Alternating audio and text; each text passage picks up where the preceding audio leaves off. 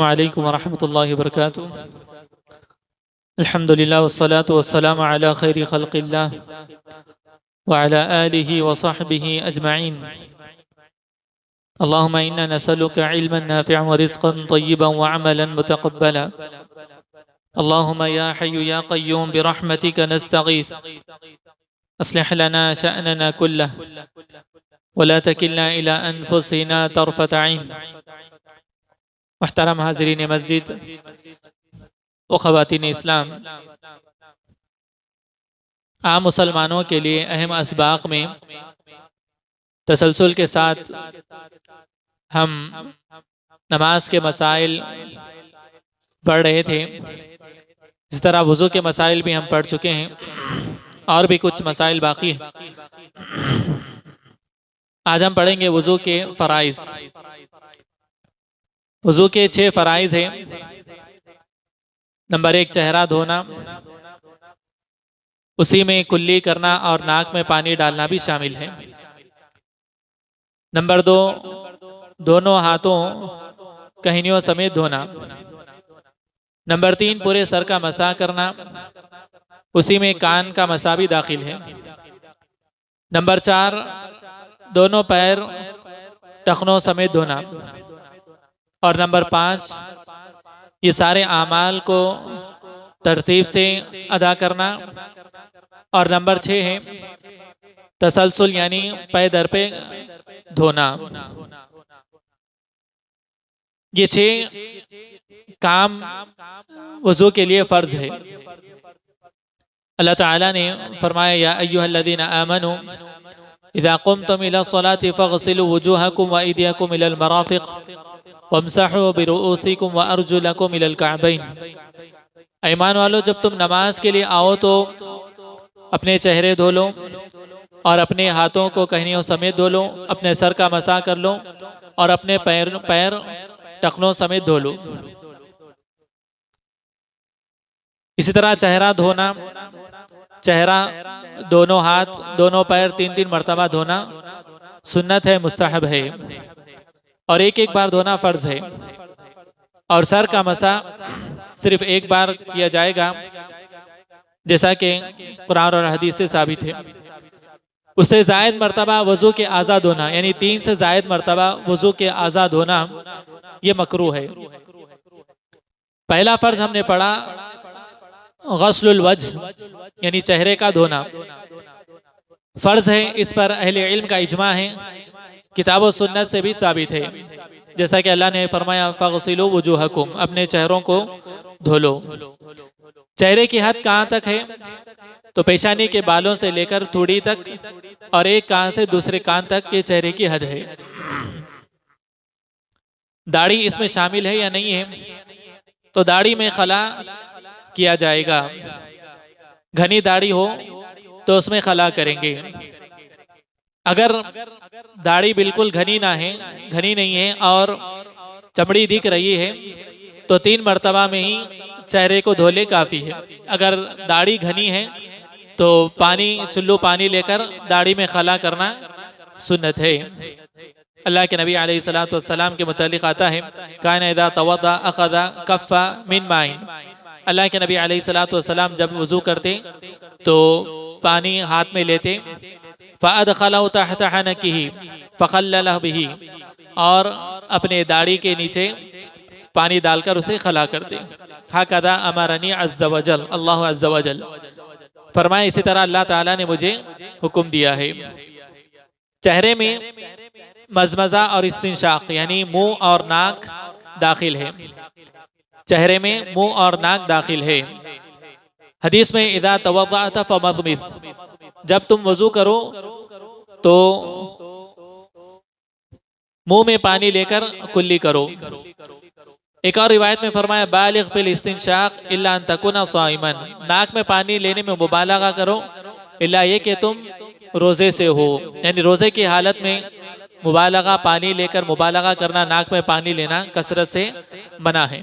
क्योंकि पेट के अंदर जाने के 2 ही रास्ते हैं, ग़िज़ा का या कोई भी लिक्विड का पेट के अंदर जाने के 2 ही रास्ते, एक मुंह है एक नाक है।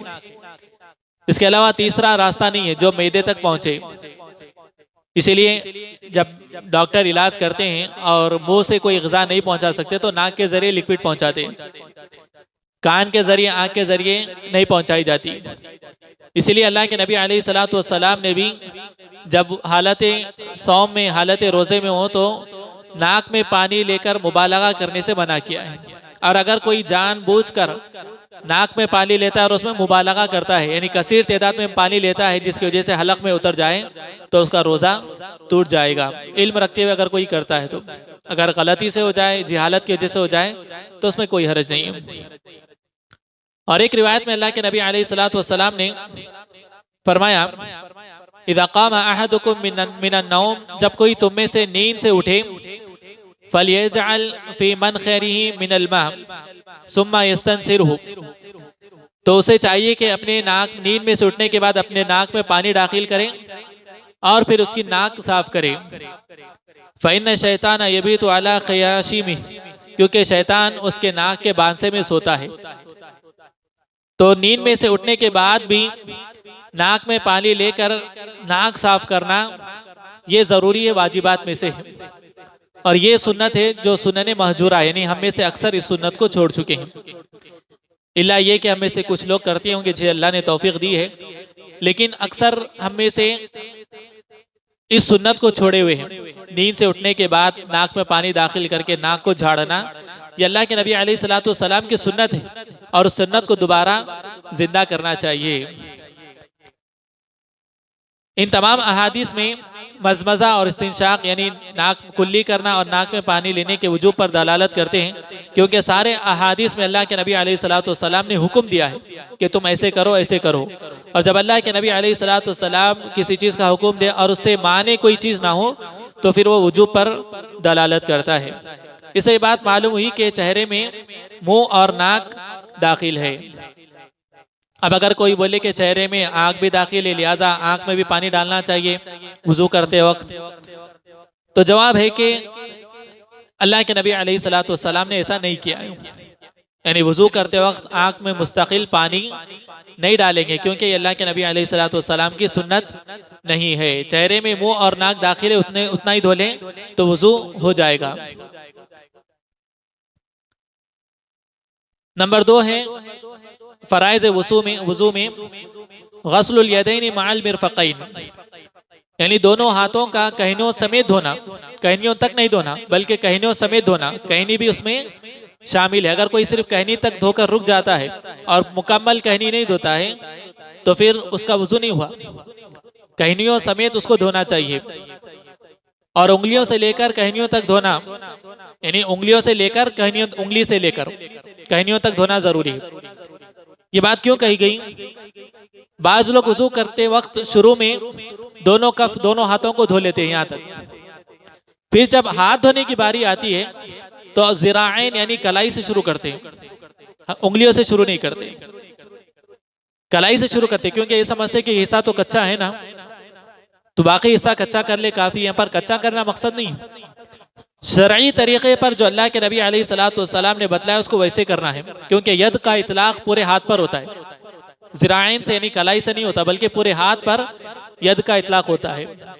इसीलिए पूरे हाथ को मुकम्मल तौर पर धोना चाहिए, अगरचे कि आपने हाथों को शुरू में धो लिया हो। नंबर 3 है मसहु जमीर रास, यानी सारे सर का मसा करना, सारे सर का मसा करना। अल्लाह ताला ने फरमाया वमसहु बिरुउसिकुम, अपने सारे सर का मसा करो, फर्ज है। कुछ लोग 1/3 या 1/4 मसा बोलते हैं, यानी सिर्फ कुछ हिस्सा सर का मसा कर लें तो काफ़ी है, कहते हैं ये बात दुरुस्त नहीं है। बल्कि अल्लाह रब्बुल आलमीन ने सारे सर का मसा करने का हुक्म दिया और अल्लाह के नबी अलैहिस्सलातु वस्सलाम ने सारे सर का मसा कर कर बतलाया, और ये भी बतलाया कि जब तुम मसा करो तो सर से शुरू करो और पूरा मुकम्मल तौर पर गर्दन तक जाओ और दोबारा वहीं पर लाकर अल्लाह के नबी अलैहिस्सलातु वस्सलाम हाथ छोड़ते थे जहाँ से शुरू किया है, जहाँ से शुरू किया वहीं पर लाकर हाथ छोड़ते थे, वहाँ पर ख़त्म करते थे। तो इसमें बहुत बड़ी गफलत मुसलमानों में पाई जाती है सर के मसा करने में। बाज़ लोग इतनी सुस्ती कायली करते हैं, नमाज की जल्दी रहती है, ये क्या है नहीं मालूम, या फिर कुछ और मसला उन्हें मालूम है या नहीं मालूम, अल्लाह बेहतर जानता है। बाज़ लोग सिर्फ टोपी से ही, सिर्फ आधे टोपी सर का मसा करके वापस रख देते हैं। बाज़ लोग सिर्फ पीछ कर लेकर जाते हैं, वापस नहीं लेकर आते हाथों को, सिर्फ सीधा लेके गए, कानों का मसा करे छोड़ दिए। सब के सब खिलाफ पे सुन्नत है। सर का मसा करना वाजिब है, फर्ज है। फर्ज का मतलब क्या है? अगर आप वजू में कोई सुन्नत छोड़ देते हैं, छोड़ देते हैं या आपसे छूट जाती है, तो आपके वजू पे कोई असर नहीं पड़ेगा। लेकिन फर्ज अगर कोई छूट जाता है तो आपकी पूरी की पूरी वजू कबूल नहीं है, अल्लाह ताला उस वजू को कबूल ही नहीं करेगा। तो सर के मसले में गैर मोहतात नहीं होना चाहिए, बल्कि मुकम्मल तौर पर सारे सर का मसा करना चाहिए, फिर दोबारा उसे वापस वहीं पर लेकर आना चाहिए जहां से हमने शुरू किया, और फिर दोनों कानों का अंदर और बाहर से मसा करना चाहिए। और कान सर में दाखिल है, यानी सर के मसा के लिए अलग से पानी लेंगे, लेकिन कान के मसा के लिए अलग से पानी नहीं लेंगे। बाल लोग कान के मसा के लिए अलग से पानी लेते नहीं। अल्लाह के नबी अलैहिस्सलातु वस्सलाम ने हदीस में कहा, अल उद्नु मिर रास, यानी कान सर का हिस्सा है, कर सर में दाखिल है, तो कान के लिए अलग से पानी लेना खिलाफ सुन्नत है। इसी तरह बाज लोग सर का मसा 3-3 मरतबा भी करते हैं, सर का मसा 3-3 मरतबा करते हैं, ये भी खिलाफ सुन्नत है। अल्लाह के नबी अलैहिस्सलातु वस्सलाम ने 1 मरतबा सर का मसा करने का हुक्म दिया, और अल्लाह ताला ने भी 1 मरतबा ही सर का मसा करने का हुक्म दिया। उससे जायद मरतबा करना खिलाफ सुन्नत है। वो मसा नहीं होगा बल्कि वो गुस्ल हो जाएगा अगर 3-3 मरतबा करेंगे तो। और इसमें अल्लाह रब्बुल आलमीन की हिकमत है, क्योंकि सर बहुत ही नाजुक हिस्सा होता है, और बार बार अगर सर भिगाया जाए 5 औकात में तो हो सकता है कि बीमारी लायक हो जाए, सर्दी उसे पकड़ ले। तो अल्लाह रब्बुल आलमीन की हिकमत है इसमें, उस हिकमत अमली पर हमें अमल करना चाहिए। चौथा है गुस्ल रिजलैनी माअल कअबैन, यानी दोनों पैरों को उभरी हुई हड्डियां, यानी दोनों टखनों समेत धोना चाहिए, फर्ज है। अगर कोई सिर्फ टखनों तक धो ले तो उसका वुजू दुरुस्त नहीं है, बल्कि टखनों के ऊपर तक, टखनों समेत उसे धोना होगा। हदीस में अल्लाह के नबी अलैहिस्सलातु वस्सलाम ने फरमाया, वैलुल लिल अक़ाबि मिनन नार, यानी पिंडलियों के लिए जो हिस्से खाली होते हैं, पीछे पैर के पीछे का हिस्सा, उस पर उनके लिए वईद है, यानी उन लोगों के लिए जो जिनके टखने सूखे हुए होते हैं, तो उनके लिए जहन्नम की वईद है। तो मालूम हुआ कि सिर्फ टखनों तक नहीं धोना है, बल्कि टखनों समेत ऊपर के हिस्से को भी धोना है, और साथ ही साथ पैर की दोनों उंगलियों का खला करना है, पैर की दोनों उंगलियों का खला करना। इदा तवद्दा दल्लिकिल असाबिअ रिजलई, अल्लाह के नबी अलैहिस्सलातु वस्सलाम ने फरमाया कि जब तुम वुजू करो तो अपने पैर की उंगलियों का खला करो, पैर के उंगलियों का खला करना चाहिए। एक और रिवायत में फरमाया, अस्बिगिल वुदुआ व खल्लिल बैनल असाबिअ व बालिग फिल इस्तिंशाक इल्ला अन तकुना साइमा, यानी वुजू अच्छी तरीके से करो और उंगलियों का खला करो, हाथ और पैर दोनों उंगलियां इसमें शामिल है। और इस्तिंशाक यानी नाक में पानी लो और उसमें मुबालगा करो, इल्ला अन तकुना साइमन, सिवाय उस हालत में जब तुम रोजे से हो तो नाक में पानी लेने में मुबालगा मत करो। नंबर 5 है इन तमाम आमाल को, आज़ाए वुजू को तरतीबवार धोना। आज़ाए वुजू में तरतीब फर्ज है, जिस तरह अल्लाह रब्बुल आलमीन ने कुरान में फरमाया, फ़ग़सिलू वुजूहकुम व अयदियकुम इलल मराफ़िक़ि वम्सहू बिरुऊसिकुम व अर्जुलकुम इलल कअबैन। तो इसमें जो वाव का जो जिक्र है वो तरतीब के लिए है। उलमा ने कहा कि जो वाव है ये तरतीब के लिए है, इसको ऐसे ही वुजू ऐसे ही किया जाएगा, पहले चेहरा, फिर दोनों हाथ, फिर सर, फिर पैर, ये तरतीब। और हदीस में अल्लाह के नबी अलैहिस्सलातु वस्सलाम ने फरमाया, तवद्दा कमा अमरकल्लाह, तुम वजू वैसे ही करो जैसे अल्लाह ने तुम्हें हुक्म दिया है। तो अल्लाह ताला ने हमें जो हुक्म दिया है सूरह माइदा में वजू का, उसको वैसे ही तरतीबवार अदा करेंगे, उसको आगे पीछे नहीं करेंगे। मिसाल के तौर पर अगर कोई पहले पैर धो ले या फिर पहले हाथ धो ले या सर का मसा पहले कर ले तो उसका वजू नहीं होगा। उसको उस तरतीब से अदा करना होगा जिस तरतीब से शरीयत ने, अल्लाह रब्बुल आलमीन ने हुक्म दिया है। अगर उसमें आगे पीछे करता है तो फिर उसका वजू दुरुस्त नहीं है। नंबर 6 है मुवालात, यानी आज़ाए वजू को पे दर पे धोना, ताखिर नहीं करना। तो इसका ज़ाब्ता क्या है? एक अज़ू से दूसरे अज़ू को धोने के दरमियान इतना वक्फा ना हो कि पहला अज़ू सूख जाए, इसको कहते हैं मुवालात। यानी अगर किसी ने चेहरा धोया और सर का मसा किया और वो इतनी देर के बाद हाथ धो रहा है कि उसका चेहरा सूख जा रहा है और फिर हाथ सूखने के बाद पैर धो रहा है, तो ये मुवालात नहीं है, इसका वजू नहीं होगा, उसे फिर से दोबारा वजू करना होगा। तो इसे कहते हैं मुवालात। इतनी देर, इतनी ताखीर नहीं करना कि आज़ाए वजू सूख जाए दूसरे आज़ाए वजू धोने तक। और ये काम वक्त मुअतदिल में होना चाहिए। अब ये वक्त मुअतदिल क्या है? यानी ऐसा मौसम जो ना सख्त हरारत धूप वाला हो और ना सख्त हवा का हो। कभी ऐसा होता है कि सख्त धूप होती है और गरम गरम हवाएं चलती है, तो हम चेहरा धोते रहते हैं, हाथ धोने तक चेहरा सूख जाता है, पैर धोने तक हाथ सूख जाते हैं, चेहरा सूख जाता है। तो इसमें कोई हर्ज नहीं है, क्योंकि हमने खुद से कोई ताखीर नहीं की, खुद से हमने कोई ताखीर नहीं की, क्योंकि गर्म हवाएं चल रही है, गर्म मौसम है, शदीद धूप है, जिसकी वजह से आज़ाए वजू सूख जा रहे हैं। तो इसमें कोई हर्ज नहीं, क्योंकि ये वक्त मुअतदिल नहीं है। तो ऐसे ही सूरत में अगर हाथ पैर सूखते हैं तो इसमें कोई हर्ज नहीं है। लेकिन इंसान खुद से इतनी ताखीर करे कि एक आज़ू धोने तक दूसरा आज़ू सूख जा रहा है, तो फिर ऐसी सूरत में उसका वजू नहीं होगा। तो ये छठवां फर्ज है कि तमाम आज़ाए वजू को मुवालात के साथ धोएंगे। अब कुछ मुस्तहब्बात है, यानी तकरार के साथ चेहरे को धोना, दोनों हाथों को धोना, दोनों पैरों को धोना 3-3 मरतबा। तकरार का मतलब 3-3 मरतबा धोना है। 3 मरतबा धोना ये गायत है, यानी ये आखिरी हद है 3 मरतबा धोने की। इससे जायद नहीं धोया जाएगा। यानी 4 मरतबा अगर कोई धोता है तो फिर उसने गलती की, नापसंद है वो अमल। अल्लाह के नबी अलैहिस्सलातु वस्सलाम से 1-1 मरतबा, 2-2 मरतबा, 3-3 मरतबा वजू के आज़ाद होना साबित है।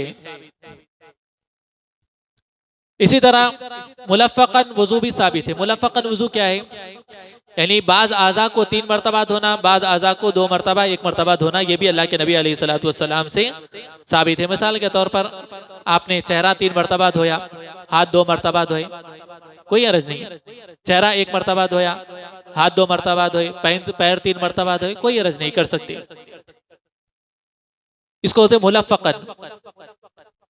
बाज़ आज़ा को 1 से ज़ायद मरतबा धोना, बाज़ आज़ा को 1 ही मरतबा धोना। 1 मरतबा धोना वाजिब है, 1 मरतबा धोना वाजिब है, और उससे ज़ायद मरतबा 3 मरतबा धोना सुन्नत और मुस्तहब है। उससे ज़ायद मरतबा धोना जायज़ नहीं है। जिसने 3 से ज़ायद मरतबा धोया तो वो सुन्नत के अमल से खारिज हो चुका है। यानी बाज़ उलमा ने उसे बिदअत करार दिया है। बिदअत कब? जब वो ये समझकर धोए कि 4 मरतबा भी धोना सुन्नत है, अगर ये समझता है तो फिर वो बिदअत है। क्योंकि अल्लाह के नबी अलैहिस्सलातु वस्सलाम से 4 मरतबा आज़ाए वजू का धोना साबित नहीं है। वरना वो बेएहतियाती के तौर पर अगर आज़ाए वजू को 3 से 4 मरतबा या उससे ज़ायद मरतबा धोता है तो फिर ये जायज़ नहीं है, वो बिदअत में शुमार नहीं होगा, लेकिन वो नापसंदीदा अमल होगा। अल्लाह के नबी अलैहिस्सलातु वस्सलाम ने, साहब ने फरमाया, फमन ज़ादा अला हादा औ नक़ज़ फ़क़द असा औ ज़लम। जो उससे ज्यादा करे, यानी 3 मरतबा से जायद अगर आज़ाए वजू होता है तो उसने जुल्म किया या उसने ऐसा अमल किया जो नापसंदीदा है। अगर कोई ये कहे कि एहतियातन 3 से जायद मरतबा धोने में कोई हरज नहीं, तो उसकी ये बात गलत है। एहतियात यही है कि 3 मरतबा धोए, यही खुद एहतियात है, और इससे जायद धोना ये एहतियात के खिलाफ है। लिहाजा एहतियात यही है कि एहतियात को तर्क कर दे। मतलब जो लोग एहतियातन 3 से जायद मरतबा धोने का बतलाते हैं वो गैर मोहतात है, वो एहतियात नहीं है। एहतियात यही है कि 3 मरतबा धोए, जो अल्लाह के नबी अलैहिस्सलातु वस्सलाम से साबित है।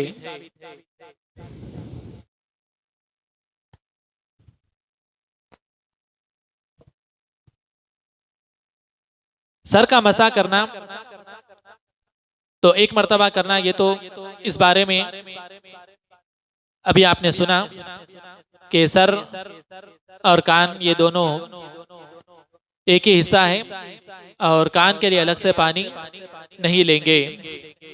किताब और सुन्नत में अल्लाह के नबी अलैहिस्सलातु वस्सलाम से भी सर का मसा 1 मरतबा करना साबित है।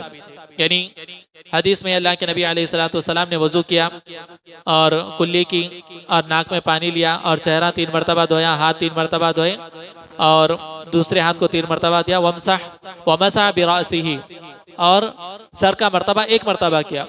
वलम यकुल सलास, यानी 3 मरतबा नहीं कहा, साहबी ने 3 मरतबा नहीं कहा, बल्कि कहा कि 1 ही मरतबा अल्लाह के नबी अलैहिस्सलातु वस्सलाम ने सर का मसा किया। वलम यकुल सलासन, यानी ये आलिम जो इस किताब के शारे हैं उन्होंने बतलाया, हदीस नहीं, वलम यकुल सलासन हदीस नहीं। कोई ऐसा ना समझे कि साहबी ने कहा, नहीं, बल्कि उन्होंने ये बात कही कि साहबी ने 3 मरतबा नहीं कहा। ये आलिम के अल्फाज हैं, किसी साहबी के नहीं है। इस तरह सुन्नत वजू, यानी वजू में सुन्नतें क्या अभी जो हमने पढ़े वो सब फराइज थे, जो 6 फर्ज हमने पढ़े।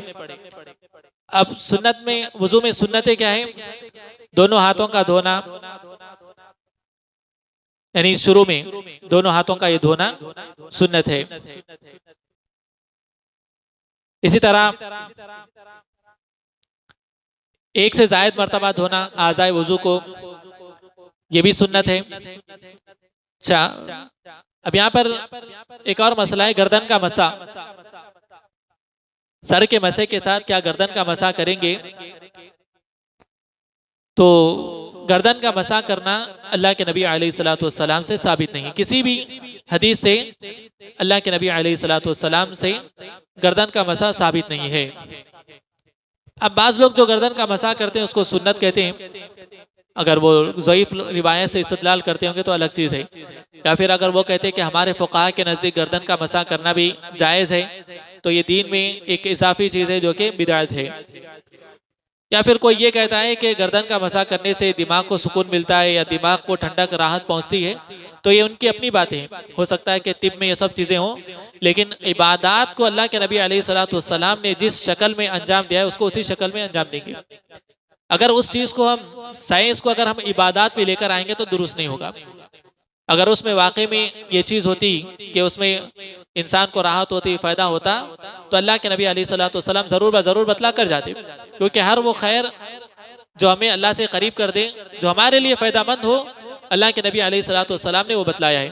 और हर वो शर जो अल्लाह से हमें दूर कर दे और जहन्नम के करीब कर दे, अल्लाह के नबी अलैहिस्सलातु वस्सलाम ने उससे हमें आगाह किया है। इसी तरह जब हम नींद में से उठे और वजू करना चाहते हैं, नींद में से उठकर जब हम वजू करना चाहते हैं, तो सुन्नत यह है कि सबसे पहले हाथों को धोए। सुन्नत यह है कि सबसे पहले नींद से उठने से, नींद से बेदार होने के बाद दोनों हाथों का धोना और 3 मरतबा धोना सुन्नत है। उससे पहले बर्तन में हाथ नहीं डालेंगे। अल्लाह के नबी अलैहिस्सलातु वस्सलाम ने फरमाया, इज़ा इस्तयक़ज़ अहदुकुम मिन नौम, जब कोई तुम में से नींद से उठे, फला यग़मिस यदहु फिल इना हत्ता यग़सिलहा सलासन, तो उस वक्त तक बर्तन में हाथ ना डाले यहाँ तक कि हाथों को 3 मरतबा ना धो ले। तो 3 मरतबा हाथों का धोना बर्तन में हाथ डालने से पहले जरूरी है। फ़इन्नहु ला यदरी ऐना बातत यदहु, क्योंकि उसे मालूम नहीं कि उसके हाथ रात कहाँ गुजारे। इंसान नींद में होता है और उसके लाशऊरी की हालत में उसके हाथ मुख्तलिफ जगह पर चले जाते हैं, शर्मगाह को टच कर लेता है।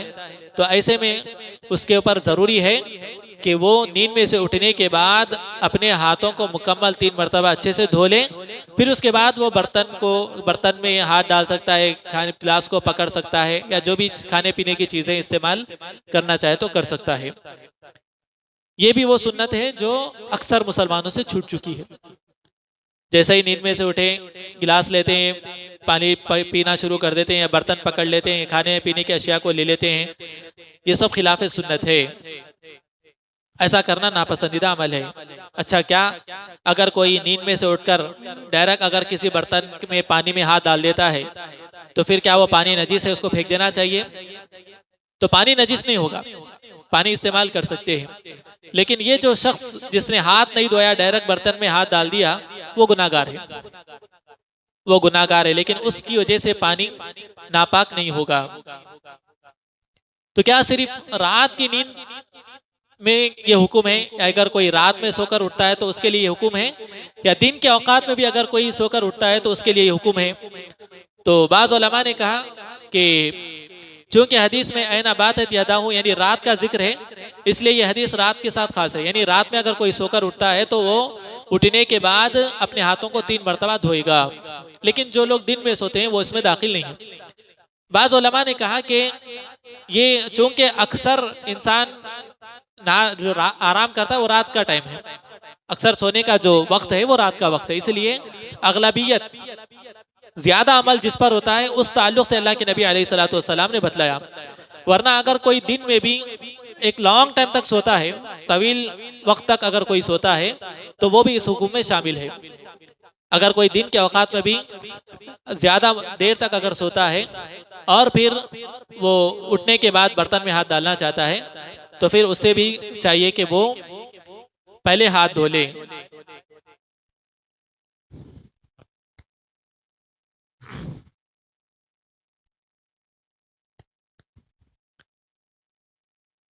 इसी तरह बाज लोग शक का शिकार होते हैं, यानी आज़ाए वजू को कई कई बार धोते हैं शक की वजह से। ये शक की बीमारी बाज लोगों को होती है, वसवसे उनको आते हैं। इसलिए आप देखेंगे बाज लोग जो वसवसों का शिकार होते हैं, नसल्लुल्लाह सलामत वल आफिया, यानी पूरी नमाज हो जाती है लेकिन वो वजू खाना नहीं छोड़ते। शक होता है उनको, बार बार चेहरा धोते रहते हैं, हाथ धोते रहते हैं, फिर उनको शक होता है कि शायद मैं मसा करना भूल गया, फिर मसा करते हैं, फिर पैर धोने तक फिर उनको याद आता है शायद मैं कुल्ली नहीं करा। यानी ये सिलसिला चलता रहता है यहाँ तक कि पूरी नमाज खत्म हो जाती है।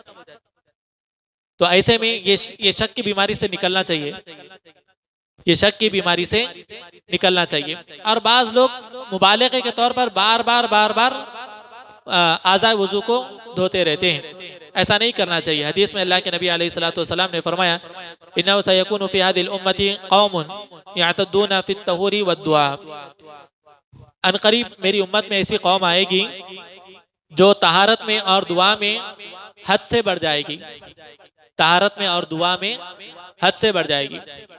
तहारत में शुकूक होते जाएंगे, बार बार तहारत लेते जाएंगे। बाज़ लोग टॉयलेट में बैठे रहते, बहुत देर तक अपने आप को साफ करते रहते, बहुत देर तक अपने आप को साफ करते रहते। वजू खाने में आते, बहुत देर तक अपने आप को पाक करते रहते। टॉयलेट में चले आते, गुस्ल करते रहते, बहुत देर तक अपने आप को साफ करते रहते, शक की बुनियाद पर। तो ऐसा नहीं करना चाहिए। इसी तरह बाज़ लोग दुआ में भी ज्यादतियां करते हैं, यानी जो दुआएं अल्लाह के नबी अलैहिस्सलाम से साबित नहीं है उसको अपने से बनाकर कुछ दुआएं पेश करते, या फिर जो दुआएं अल्लाह के नबी से साबित है उसमें कुछ चीज़ें एक्स्ट्रा चीज़ें ऐड कर देते जो कि अल्लाह के नबी अलैहिस्सलाम से साबित नहीं है। या बाज़ दुआएं जो मुख्तसर है उसको तफसील से मांगते हैं, जैसे अगर कोई अल्लाह से जन्नत मांग ले और जन्नतुल फिरदौस मांग ले तो काफ़ी है। लेकिन अगर कोई ये मांगे कि अल्लाह मुझे जन्नत दे, उसमें फलां फल दे, फलां घर दे, फलां महल दे, ये ज्यादती है। जहन्नम से पनाह मांगे तो फिर जहन्नम की सारी चीज़ों से उसमें दाखिल है। अब अगर कोई जहन्नम से पनाह मांगते हुए ये करे कि अल्लाह ताला मुझे जहन्नम से बचा, उसकी सलाखों से बचा, उसके सुतूनों से बचा, उसकी आग से बचा, उसके फलां फलां फलां नाम गिनवा रहा है, तो ये ज्यादती है। साहबी ने अपने बच्चे को देखा, वो ऐसे ही दुआ कर रहा था, तो उसने अल्लाह के साहबी ने फरमाया कि बेटे अगर तुम जन्नत मांगो तो जन्नत की सब चीज़ें आ गई, जहन्नम से पनाह मांगो तो जहन्नम की सब चीज़ें उसमें दाखिल हो गई। ये एतदा है दुआओं में। और बाज़ लोग कुछ यानी ऐसे दुआएं मांगते हैं जो अशार की शक्ल में होते हैं, वो भी दुरुस्त नहीं है, सलफ ने उसे मना किया है।